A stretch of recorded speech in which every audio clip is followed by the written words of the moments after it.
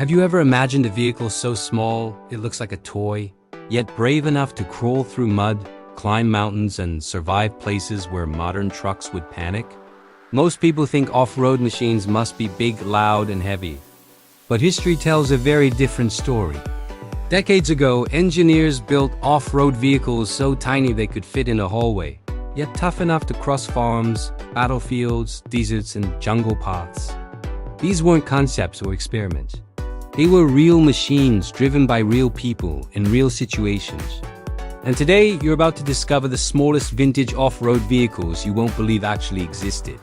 Stay with me because the deeper we go, the stranger and more unbelievable they get. Let's start in post-war America, where the world needed tools more than luxury. In 1950, a strange little machine rolled onto farms across the United States. It was called the Crosley Farm-O-Road, and at first glance it looked like a Jeep that had been shrunk in the wash. Designed for small farmers who couldn't afford big tractors, this tiny off-road vehicle was built to do a bit of everything. It had a simple two-cylinder engine, barely over 700 cc, pushing out just enough power to move its lightweight body across dirt roads, fields, and shallow mud. You wouldn't race it, but you didn't need to. What mattered was control. The Farm-O-Road used a 3-speed manual, gearbox with a low gear that allowed it to crawl slowly while pulling tools or trailers. Some versions even offered temporary 4-wheel drive, which was impressive for something this small in the early 1950s. Its suspension was basic, solid axles and leaf springs, but it worked. And when you heard that little engine working hard in the field, you understood its purpose. Farmers used it to move supplies, haul small loads, and travel between fields without needing a full-size tractor. Even today, a few restored examples still roam vineyards and private farms, acting like living time capsules from a simpler era. But if you think that's small, wait until you see what happened next, because the next vehicle was supposed to be military, but instead became a beach legend. In 1964, the British introduced the Mini Moke, originally designed as a light military vehicle. It was meant to be dropped from aircraft and driven across rough terrain. But there was one problem. It sat too low to the ground. The army rejected it almost immediately. That should have been the end of the story. But instead, it was just the beginning. The Mini Moke found a new life far away from battlefields. Powered by a small 4-cylinder engine under 900 cc, it produced around 34 horsepower and weighed just over 570 kilograms. It wasn't 4-wheel drive. It didn't need to be. Its front-wheel drive layout and wide stance gave it surprising grip on sand and dirt roads. Independent suspension on all 4 wheels made it comfortable even on rough surfaces. And visually, it was impossible to ignore. No doors, no roof, just an open body, flat panels, and pure freedom. Soon the Mini Moke became the ultimate island vehicle. Resorts, tropical islands, and coastal towns adopted it as the perfect transport. It appeared in TV shows, movies, and even celebrity garages. Steve McQueen famously owned one. Today, you can still find Mini Mokes quietly working in tourist destinations, proving that failure sometimes leads to iconic success. But now, let's go somewhere even more surprising. Imagine a car that looks like a colorful toy, but was trusted by military patrols in deserts and mountains. That was the Citroën Méhari, introduced in 1979.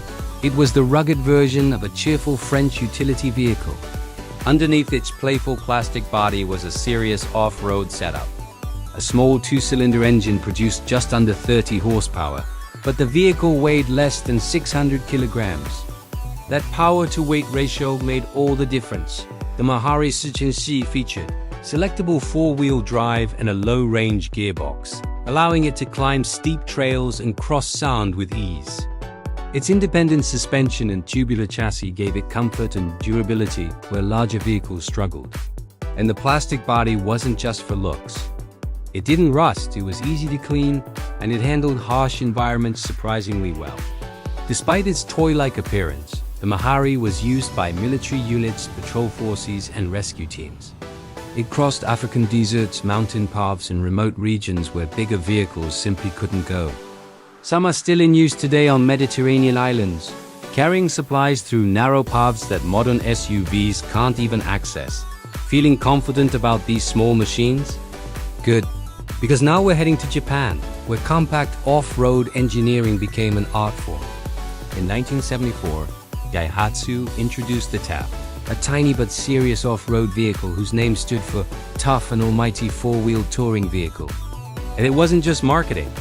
The Taft F10 came with a small two-cylinder engine, while later versions like the F20 upgraded to a stronger four-cylinder setup. Still, the entire vehicle stayed under 900 kilograms, with selectable four-wheel drive, a low-range gearbox, solid axles and leaf springs. The Taft behaved like a miniature mountain goat.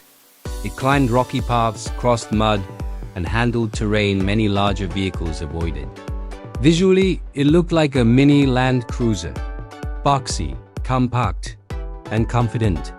It found its way into rural regions, mountainous terrain, and even technical missions in parts of Asia and South America. There are stories of small groups crossing extreme terrain, using nothing but toughs and basic tools. Proving once again that size doesn't equal strength, and just when you think you've seen clever engineering, France strikes again. Because the next vehicle looked completely ordinary, but it hid one of the smartest off-road solutions ever created. Asterisk at first glance, the Citroën 2 CV Sahara looked harmless. Almost funny. A small, slow-looking city car that seemed completely out of place anywhere near dirt, sand, or danger. But this little French machine was hiding a secret that still blows minds today. Instead of one engine, it had two. One in the front and one in the rear. Citroën launched the 2 CV Sahara in 1960 to solve a very specific problem. How do you give reliable four-wheel drive to people working in the most remote places on Earth without complex mechanics that could fail far from help? Their answer was brilliant in its simplicity. Each engine powered one axle. When both engines were running, the car became a full four-wheel drive vehicle. If one engine failed, the other could still get you home. Each engine had its own fuel tank, its own ignition, and its own gearbox, but they were synchronized so the driver could control them together. Combined, the two tiny engines produced about 26 horsepower. That doesn't sound like much, but the vehicle weighed only around 650 kilograms. More importantly, it could keep moving when almost nothing else could. The suspension was classic Citroën. Soft, flexible, and incredibly good at absorbing rough terrain. The Sahara floated over rocks, sand, and uneven ground with surprising stability. Visually, you could spot the differences if you knew where to look. Two fuel caps, extra air vents, and the spare tire mounted on the hood. All small clues pointing to something special. These cars were sent to deserts, remote colonies, and isolated work zones. Engineers in North Africa crossed hundreds of kilometers of open desert with them. If one engine overheated or failed, they simply shut it off and continued. Only about 700 were ever made, and today, they are among the rarest off-road vehicles in existence. And somehow, things are about to get even smaller, because now we travel to Italy, where someone decided to build a micro off-roader that looked like a toy, but worked like a mountain goat. The Fiat-based Fairves Ranger appeared in 1965, produced in extremely limited numbers. Despite its name sounding exotic, it had no connection to Ferrari. What it did have was clever design and almost no weight. Powered by a tiny two-cylinder engine, producing around 18 horsepower, the Ranger weighed just over 500 kilograms. That made it incredibly agile. Most versions were rear-wheel drive, but a handful of ultra-air four-wheel drive models existed, fitted with a custom transfer case and low-range gearing.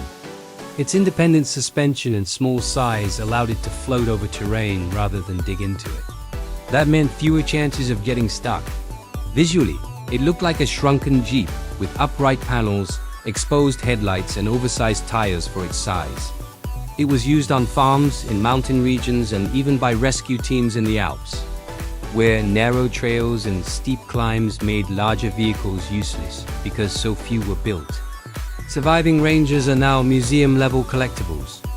One restored example reportedly sold for over $200,000 at a European auction. Imagine paying supercar money for something smaller than a golf cart. But rarity isn't everything.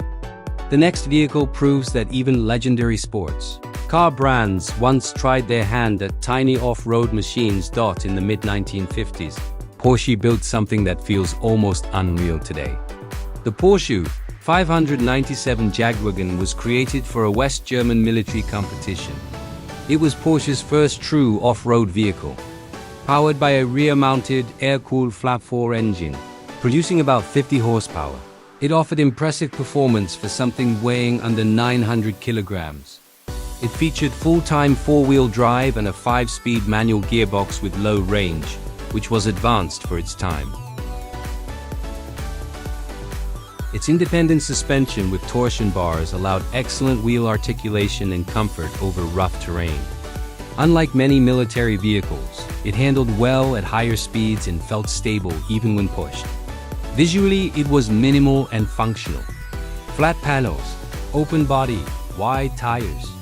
But underneath, Porsche precision was everywhere. Unfortunately, it lost the military contract to a cheaper competitor, limiting production to roughly 70 units. Today, it's one of the rarest Porsche vehicles ever built.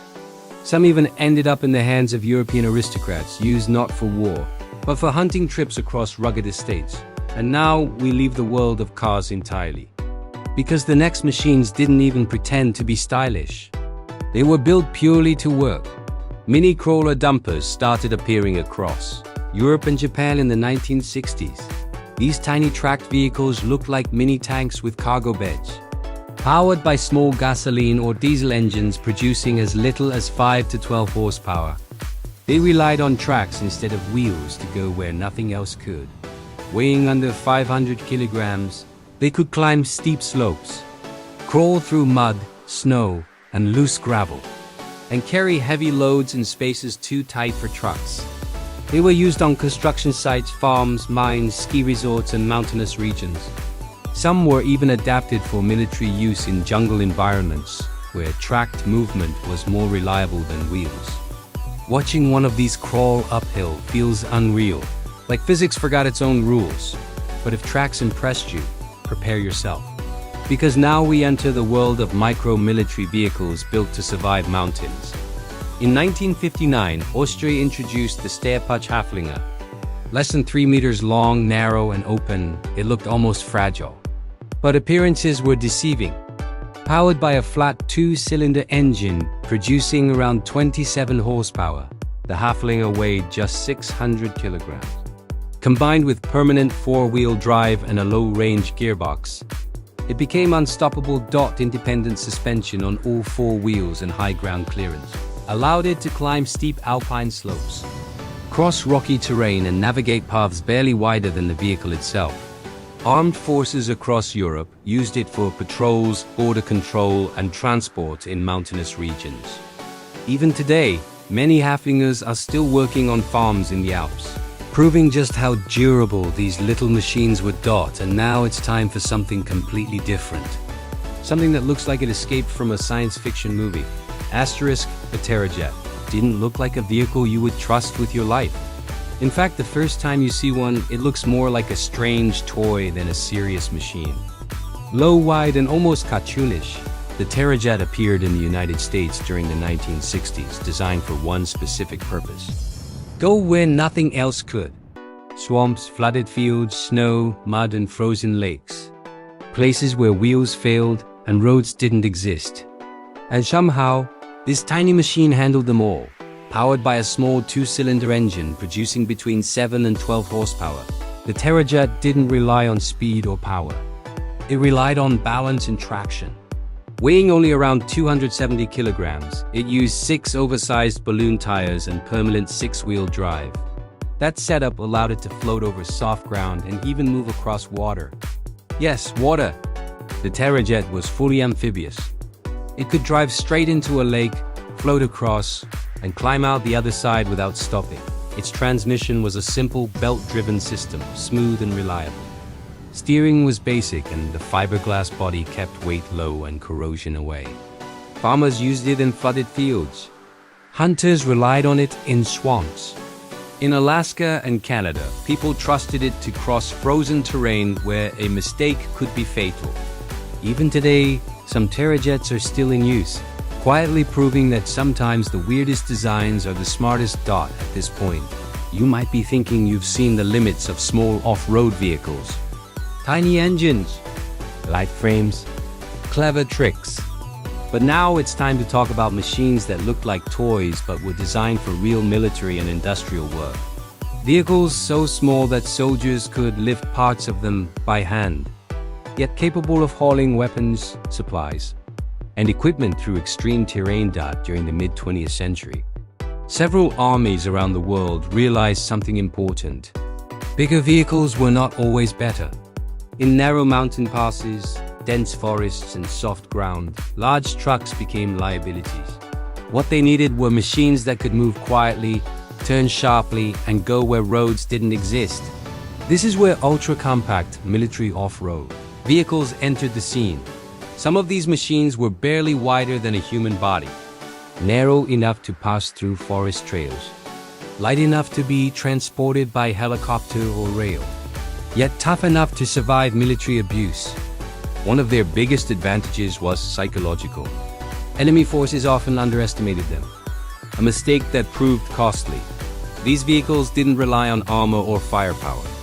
They relied on mobility, high ground clearance, low weight, flexible suspension, and simple mechanical systems that could be repaired in the field. When something broke, soldiers didn't need special tools. They needed basic knowledge and patience. What's fascinating is how many of these machines survived long after their military service ended. Once retired, they were sold to farmers, rescue teams, mountain villages, and private owners. That's where many still live today.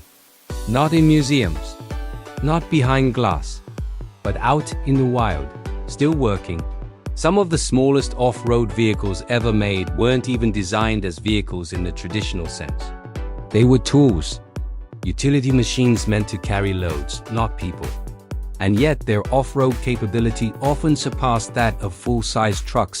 In mountainous regions, compact tracked carriers became essential. These machines didn't have seats or cabins. Operators often walked behind them or stood on small platforms. Despite this, they could carry heavy cargo up steep slopes without slipping. Their low center of gravity made them incredibly stable, even on uneven ground. What made them special was simplicity.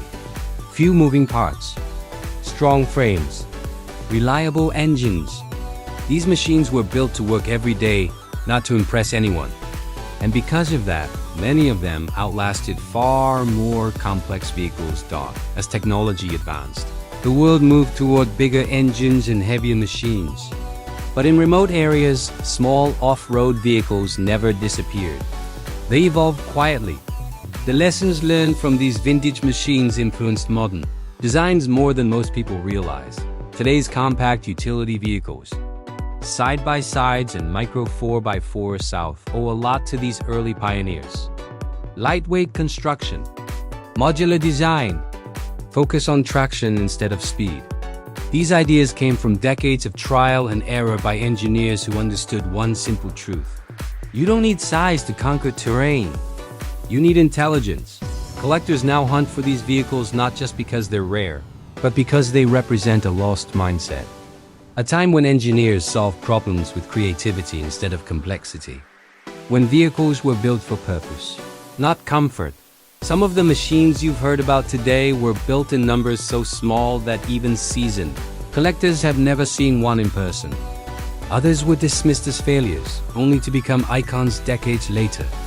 And a few are still quietly working, doing the jobs they were designed for more than half a century ago.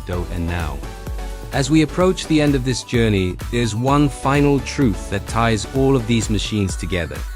None of them were supposed to be legendary. They weren't built to impress crowds or dominate markets. They were built to solve problems. And in doing so, they earned a place in history. The last part of this story brings everything together. The biggest lesson, the most surprising insight, and the question that turns this from history into something personal for you.